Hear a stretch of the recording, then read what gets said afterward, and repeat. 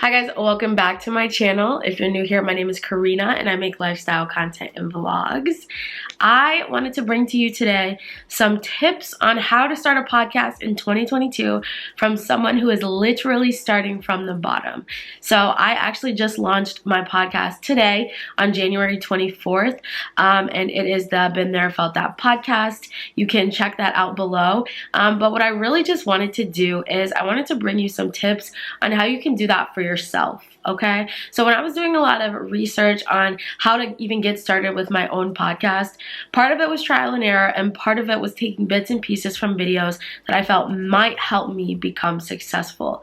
Now, I know what you're probably thinking. Why are you giving us tips? You literally just started. Well, the reason I'm giving you tips is so that you can get started on your own, right? I'm not promising you that your podcast will be successful. I'm not promising you that you're going to make thousands and thousands of dollars, because that is in your hands. But what I am doing is I'm giving you tips on how you can get started and get that moving for yourself. So if you are interested in my tips on how to start a podcast in 2022 for free, might I add, then just go ahead and keep watching.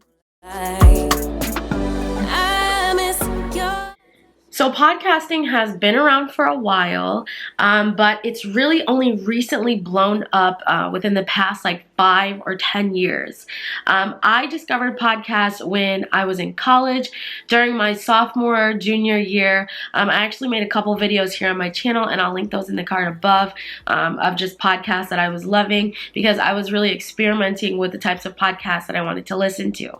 It was also during that time in college that I decided the idea of starting a podcast was something I really wanted to pursue kind of in the future, so I added it to my long-term vision board. It wasn't until the end of last year that I decided, with the million things I was experiencing, the transition with my career and everything that was happening really solidified for me that now is a better time than any to jump into the podcast idea that I've been wanting to pursue. So this actually will bring me to my first tip on how to start your own podcast, and that is find your why.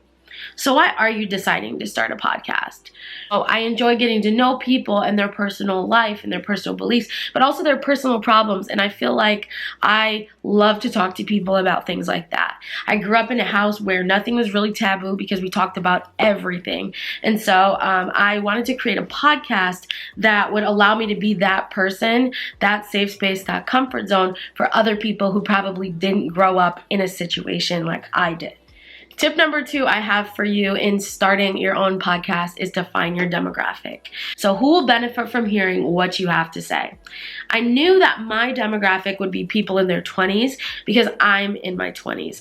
I knew that my advice and the things that I was experiencing and talking about best fit for people who are probably at the end of their college journey or transitioning into the workforce, people who literally have no idea what insurance is yet because they're still on their parents' insurance, that pretty much age group.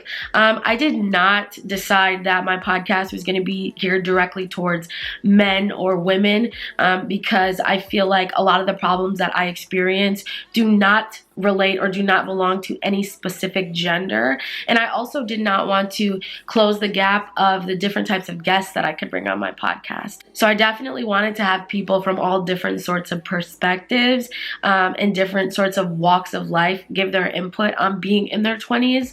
And so it really just made sense to me that that's what my demographic would be. The third tip that I have for you is to brainstorm potential episode topics or ideas.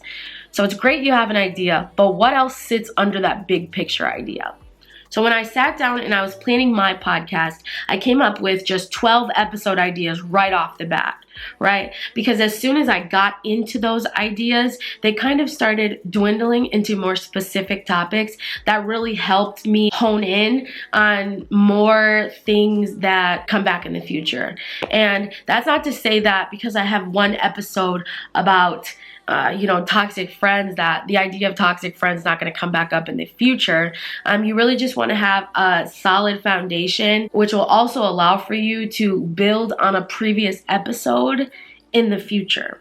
Tip number 4 for starting your own podcast is to brand yourself. So when you have an idea of what you want to talk about and who you're talking to, you want to start thinking about both the name and what the vision of your podcast will look like. So when coming up with a name, I find it most helpful to not only relate the name to the sort of topics that you'll be discussing, but also to make a list of 2 to 3 potential names, because what you're then going to do is you will search those names in other podcast places like Spotify, Apple Podcasts, any place that has podcasts, just to make sure that nobody else has already started a podcast with that idea, right? Because you don't want to be stuck on an idea, living for an idea, creating graphics with a specific name when there's already podcasts with that name in it. Now for designing, I personally use Canva. This is a free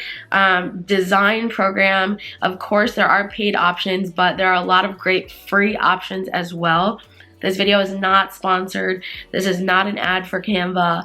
Of course, you know I love Canva. I use Canva for everything. Even the graphics you're seeing in this video, I created on Canva. I have used Canva in terms of my podcast to create my cover art, to create the promotional marketing materials for my podcast Instagram. There is literally so much you can do with that website. I would not recommend really anything else. If anything, I would say just use Canva. It's so good. And the 5th tip that I have for you is to create it using Anchor. So when you finally have all your ducks in a row, you have the picture, you have the name, you have the idea, you have the episodes, you have the vision, it's time to put it together. And so from listening to all the podcasts that I've listened to, I've heard a lot of ads for Anchor. And Anchor is created by Spotify, and it's a platform that helps you build a podcast. Once again, not an ad. Not sponsored. Would love that. You know, I really would. But I'm really just saying this because this is truly what I use for my own podcast and what I have experience using, okay? It is free. 100% free. You can disperse your podcast on other podcast platforms. They talk about RSS feeds. They teach you how to create transitions. You can edit your podcast on there. If you are using the web, you do have like a 30-minute window for length per clip. But if you want your podcast to be longer than 30 minutes, I would say just create multiple clips. It's super easy. You can do it right on your computer. They also have an app which is free. You can record right from your computer. I chose to buy a microphone just because I was like really specific about my sound quality. But if you have a good, headphone type microphone thing, I really wouldn't go out and spend the extra money until later down the line when you feel that your podcast is something that you want to continue to invest in. So those are the tips that I have for you when starting a podcast in 2022.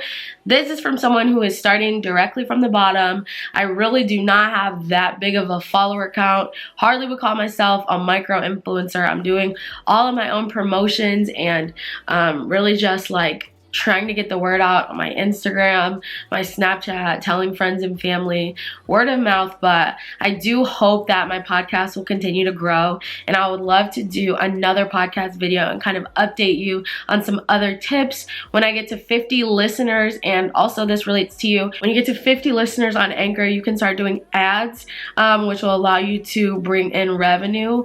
I am not sure how much money that will bring you because I have not got to that point yet. But like I said, I would love to do a part 2 and talk about the next step of what it looks like when your podcast picks up a little bit. So if you liked this video and want to see more videos from a creator who is simply and truly starting from the bottom, bringing you with me from the ground up, be sure to leave that in the comments below.